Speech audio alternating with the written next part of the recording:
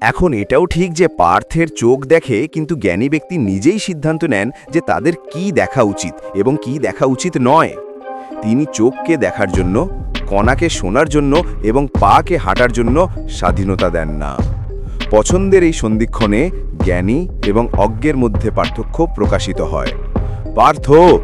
পার্থ হলেন নিয়তম কুরু কর্মত্বম কর্মজয় কর্মণা শারীরা যাত্রা পচতে না প্রসিদ্ধা আকর্মণা।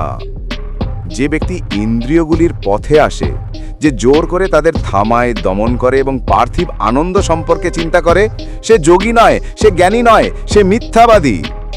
নিখুঁত মানুষ ইন্দ্রিয়গুলিকে নিয়ন্ত্রণ করে এবং তাদের দমন করে না। পার্থ সে চোখ বন্ধ করে বাঁচে না।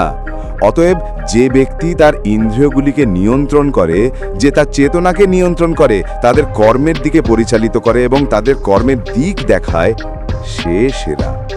সে তার বিকল্পগুলি বোঝে এবং তার ইচ্ছাশক্তি ব্যবহার করে।